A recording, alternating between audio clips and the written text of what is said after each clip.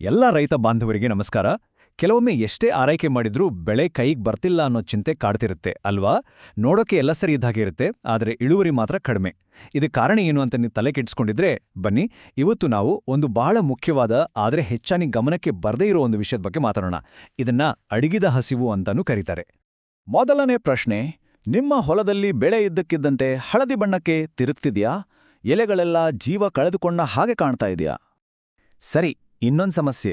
ನೀವೇನು NPK ಅಂದ್ರೆ ಸಾರಜನಕ, ರಂಜಕ, ಪೊಟ್ಯಾಷ್ ಎಲ್ಲವನ್ನೂ ಸರಿಯಾಗಿ ಕೊಡ್ತಿದ್ದೀರಾ, ಆದ್ರೂ ಗಿಡಗಳು ಬೆಳೀದೆ ಕುಗ್ಗಿ ಹೋಗಿದೆಯಾ? ಬೆಳವಣಿಗೆ ಯಾಕೋ ನಿಂತು ಹೋದಾಗೆ ಅನಿಸ್ತಾ ಇದೆಯಾ?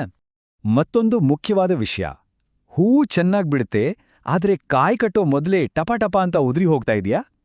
ಈ ಮೂರೂ ಸಮಸ್ಯೆಗಳು ನಿಮ್ಮ ಹೊಲದಲ್ಲಿ ಕಾಣಿಸ್ತಿದ್ರೆ ಅದಕ್ಕೆ ಒಂದೇ ಒಂದು ಮೂಲ ಕಾರಣ ಇರ್ಬೋದು. ಹೌದು, ಇಲ್ಲಿ ಸಮಸ್ಯೆ ನೀವು ಹಾಕ್ತಿರೋ NPK ಗೊಬ್ಬರದ್ದಲ್ಲ. ನಿಜವಾದ ಕಾರಣ ನಮ್ಮ ಕಣ್ಣಿಗೆ ಕಾಣಿಸದೆ ಅಡಗಿ ಕುಳಿತಿರೋ ಒಂದು ಕೊರತೆ. ಅದೇ ಸೂಕ್ಷ್ಮ ಪೋಷಕಾಂಶಗಳ ಕೊರತೆ. ಇದಕ್ಕೆ ತಜ್ಞರು ಹೇಳೋ ಹೆಸರೇ ಅಡಗಿದ ಹಸಿವು ಅಂತ. ಬನ್ನಿ, ಇದಕ್ಕೊಂದು ಉದಾಹರಣೆ ನೋಡೋಣ. ಒಬ್ಬ ರೈತರಿದ್ರು. ಅವರು ವರ್ಷಗಳಿಂದ ತಪ್ಪದೆ ಬರೀ NPK ಗೊಬ್ಬರ ಮಾತ್ರ ಬಳಸ್ತಿದ್ರು.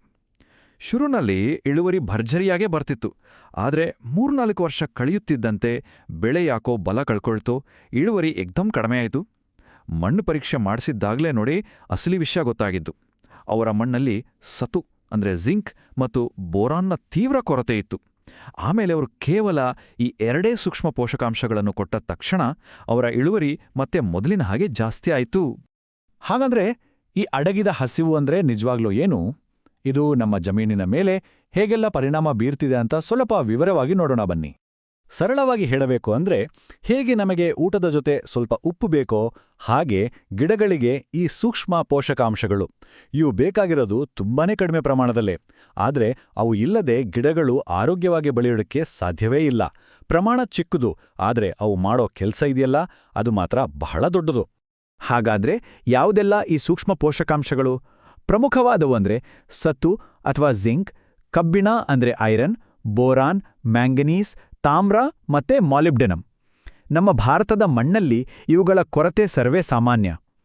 ಇವತ್ತು ನಾವು ಇದರಲ್ಲಿ ಪದೇ ಪದೇ ಸಮಸ್ಯೆ ತರುವಂಥ ಕೆಲವು ಮುಖ್ಯ ಪೋಷಕಾಂಶಗಳ ಬಗ್ಗೆ ಮಾತಾಡೋಣ. ಆದ್ರೆ ಇದರಲ್ಲಿರೋ ಒಂದು ದೊಡ್ಡ ಸಮಸ್ಯೆ ಏನ್ ಗೊತ್ತಾ? ಈ ಸೂಕ್ಷ್ಮ ಪೋಷಕಾಂಶಗಳ ಕೊರತೆಯ ಲಕ್ಷಣಗಳು ಹೆಚ್ಚಾಗಿ NPK ಕೊರತೆಯ ಲಕ್ಷಣಗಳ ಹಾಗೆಯೇ ಕಾಣಿಸ್ತವೆ. ಇದೇ ಕಾರಣಕ್ಕೆ ಎಷ್ಟೋ ರೈತರು ಇದನ್ನ NPK ಕೊರತೆ ಅಂತಾನೆ ತಪ್ಪಾಗಿ ತಿಳ್ಕೊಂಡು ಇನ್ನೂ ಹೆಚ್ಚು NPK ಹಾಕಿ ದುಡ್ಡು, ಸಮಯ ಎಲ್ಲವನ್ನೂ ವೇಸ್ಟ್ ಮಾಡ್ಕೊಳ್ತಾರೆ. ಆದ್ರೆ ಅಸಲಿ ಕಾರಣ ಮಾತ್ರ ಬೇರೆ ಇರುತ್ತೆ. ಸರಿ, ಹಾಗಾದ್ರೆ ಪ್ರತಿಯೊಂದು ಕೊರತೆಯನ್ನು ನಿಖರವಾಗಿ ಪತ್ತೆ ಮಾಡೋದು ಹೇಗೆ? ಅದಕ್ಕೆ ಸರಿಪಡಿಸೋ ಉಪಾಯಗಳೇನು? ಒಂದೊಂದಾಗಿ ನೋಡೋಣ. ಮೊದಲನೇದಾಗಿ ಸತು ಅಂದ್ರೆ ಜಿಂಕ್. ಇದು ನಮ್ಮ ಭಾರತದ ಮಣ್ಣಿನಲ್ಲಿ ಅತಿ ಹೆಚ್ಚಾಗಿ ಕಾಣಿಸ್ಕೊಳ್ಳುವ ಕೊರತೆ.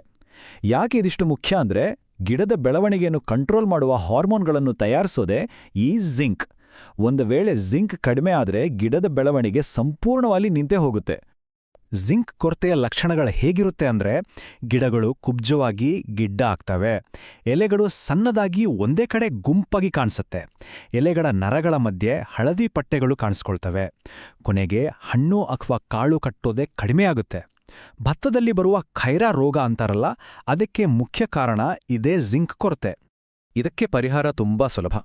ಬಿತ್ತನೆ ಮಾಡೋ ಟೈಮ್ನಲ್ಲೇ ಪ್ರತಿ ಎಕರೆಗೆ ಒಂದು 5-10 kg ಜಿಂಕ್ ಸಲ್ಫೇಟನ್ನು ಮಣ್ಣಿಗೆ ಸೇರಿಸಬೇಕು.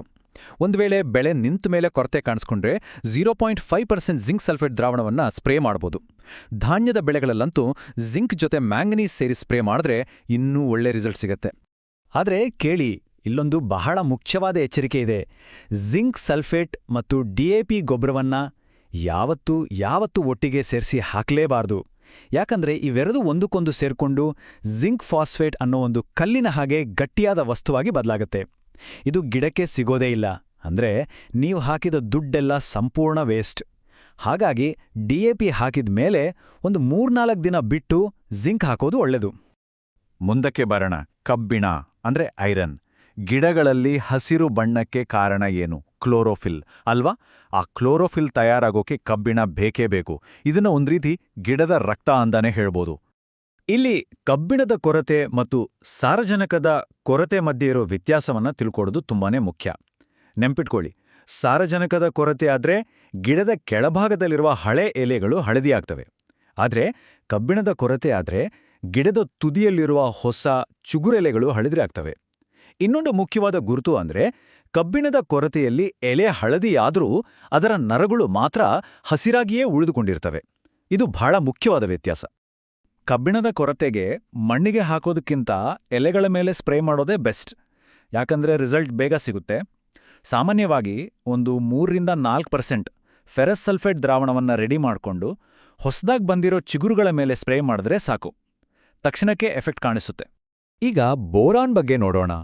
ಹೂವು ಕಾಯಿ ಆಗ್ಬೇಕಾದ್ರೆ ಪರಾಗಸ್ಪರ್ಶ ಆಗ್ಲೇಬೇಕು, ಆಮೇಲೆ ಹೂವು ಉದ್ರದೆ ಕಾಯಿ ಕಚ್ಚಬೇಕು.